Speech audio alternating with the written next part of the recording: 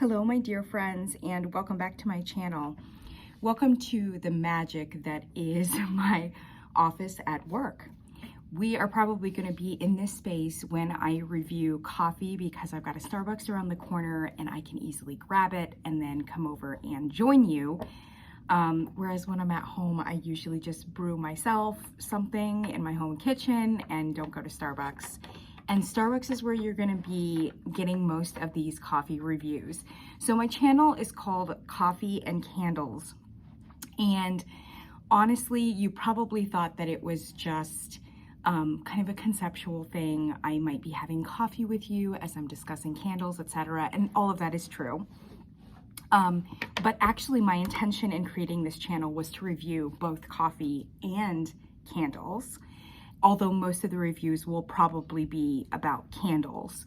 And I am very passionate about Starbucks as well. So most all of the coffee reviews will be about Starbucks.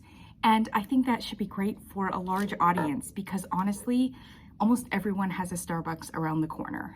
So this is like the Bath and Body Works of candles. I really feel as though a lot of people will be able to relate, and if they're so interested, may be able to go out and try some of the offerings that I want to review. I am arguably more passionate about coffee than I am candles, if you can believe it. Been drinking coffee for a very, very, very long time. And I really enjoy Starbucks, and I do think that Starbucks has a real backlog of amazing brews, amazing beans, etc.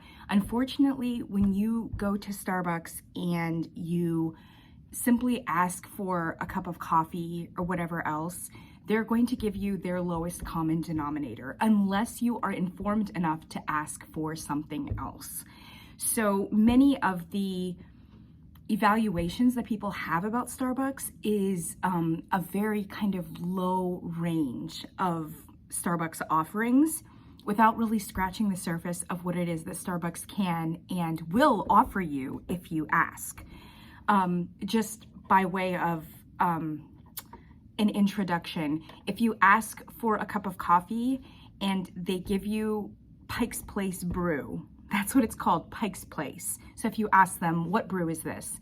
And they tell you Pike's Place, frankly, you should just hand it back to them and ask for literally anything else. The Pike's Place blend is it's kind of like for wine, it would be like a house variety, a house red, etc. It's decent, but it's really, given the quality of the offerings that Starbucks has, Pike's Place is really not good.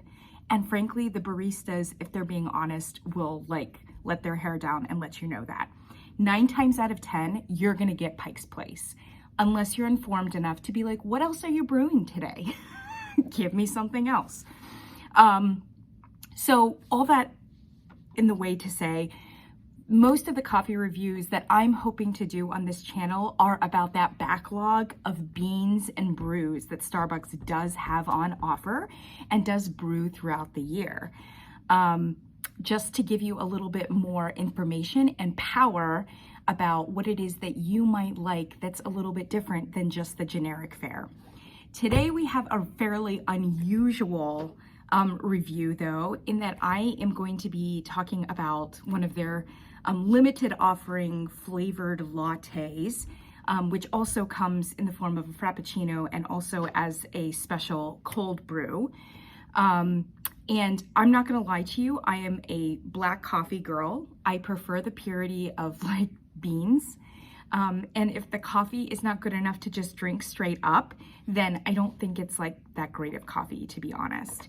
And so I prefer just talking about the purity of coffee, and 9 times out of 10, I'm drinking black coffee, whether it's a cold coffee, an iced coffee in the summer, in the spring, in the fall, pretty much any time except the dead of winter. Although in the dead of winter, sometimes I'll do it too. Or a really nice dark coffee. I tend to like darker coffees rather than lighter ones. And pro tip, did you know that darker coffees actually have less caffeine than lighter coffees? This is a little bit counterintuitive because you just assume a lighter brew, which is less less roasty, less deep, etc. Has also like lighter caffeine, but it's exactly the opposite. So darker coffees means that the beans are roasted much longer, which is what makes them darker. And in that roasting process, some of the caffeine gets burned off essentially. So your lighter coffees have been roasted the less amount of time, and therefore they are the greenest. They have the most caffeine in them. Just a pro tip for like, oh, I don't want a darker coffee at 3 o'clock in the afternoon. Actually, that's a smarter bet than having a lighter brew. If caffeine, the caffeine level is any kind of source of concern or of interest.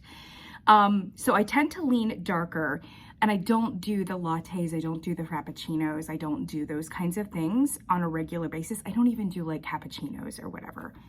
It's just not my thing, but I do make exceptions at certain points of the year, usually holiday season. And I am making a huge exception for my favorite Starbucks offering from the last few years.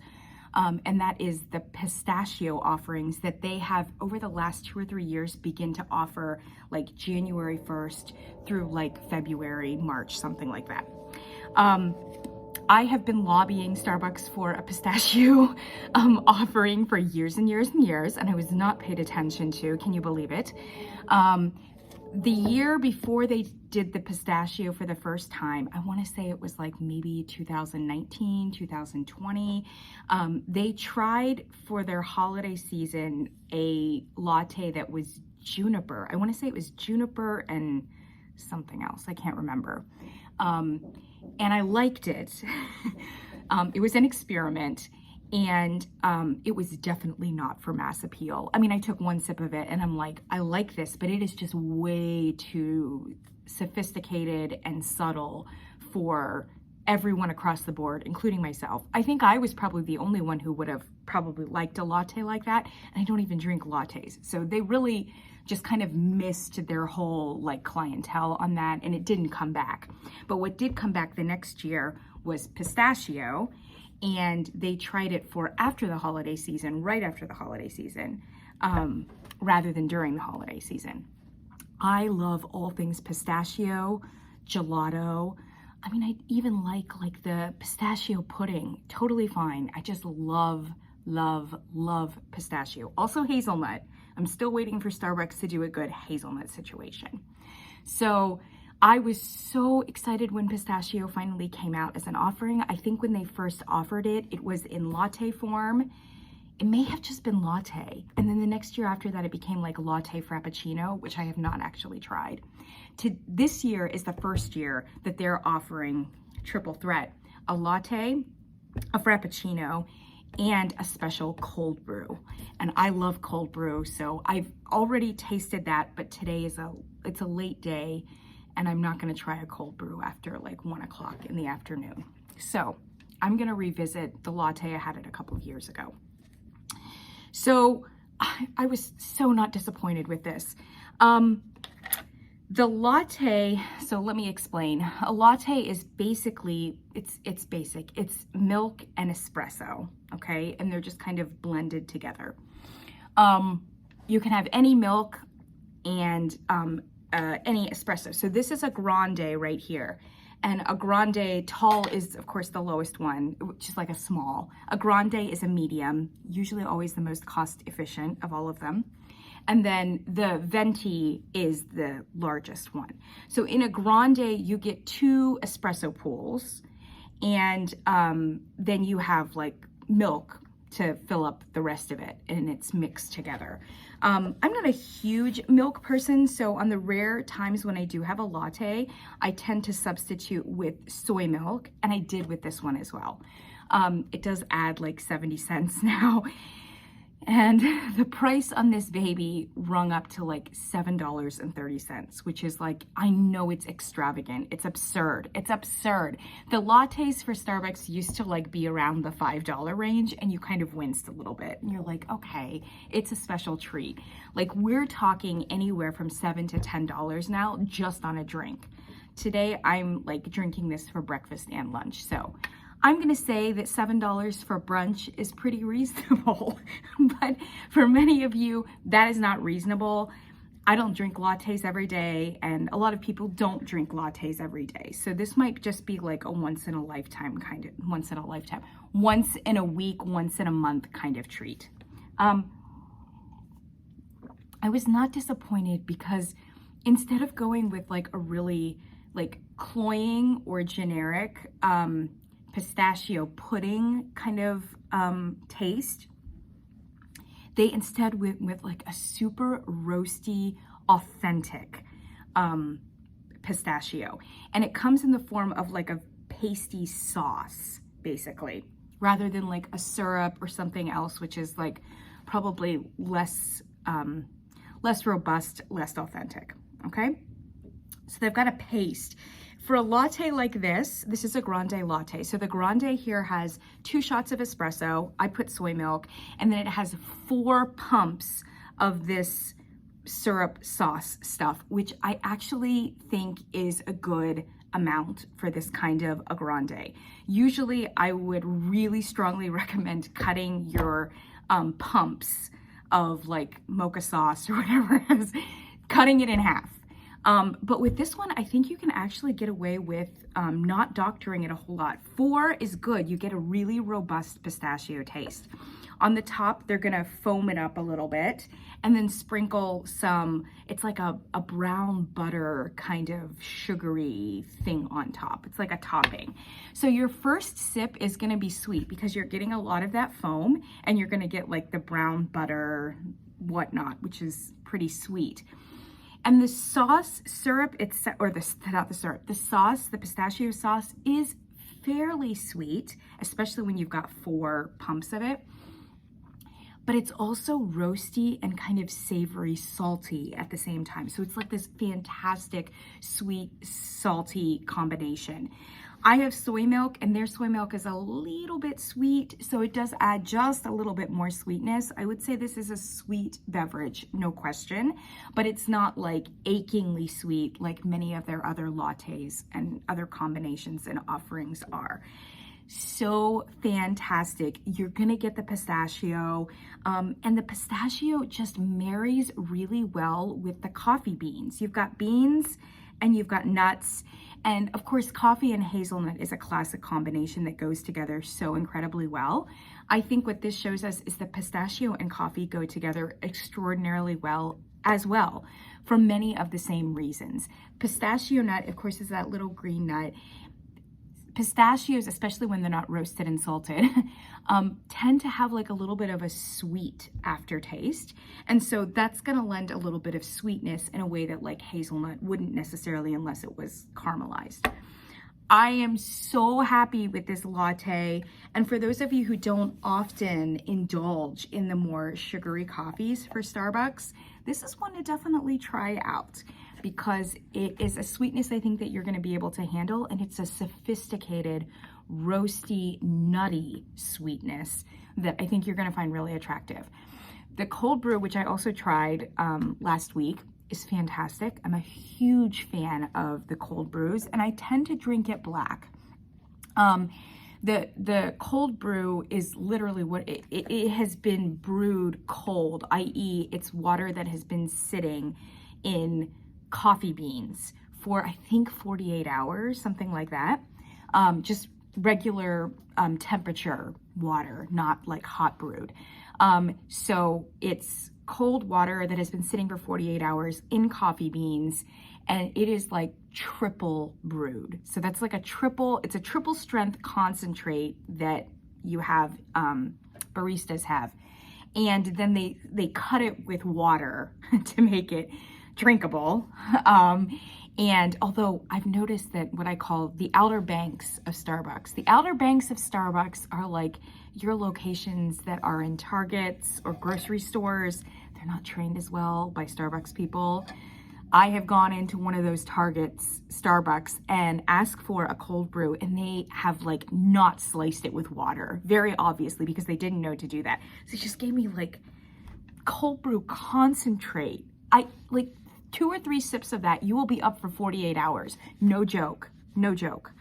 At any rate, the cold brew is everything that the regular iced coffee is not, whereas the regular iced coffee is brassy and acidic and like very shallow. It's flat.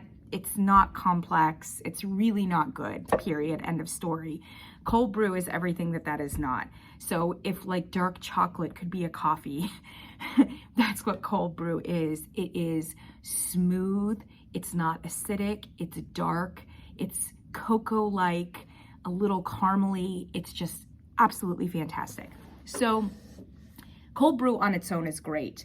When they do a special offering though, with cream on top, they're able to give you not only a sweetened whipped cream on top, but also obviously to mix into that whipped cream other kinds of flavor combinations, which gives you like a special limited edition cold brew. They did pumpkin spice cold brew in the fall, etc.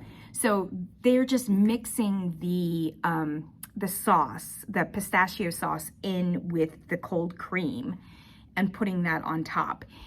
Now, it's fantastic. It's absolutely fantastic, but it has the potential to be a sweeter drink than this latte. And the reason why is because when they do the limited edition cold brews, they tend to put, and I have no idea why, they tend to, as a general rule, put vanilla sugar syrup into the coffee itself, and then they put the cream on top, which is gilding the lily way too much for me. I don't even need the vanilla syrup in the cold brew at any other time.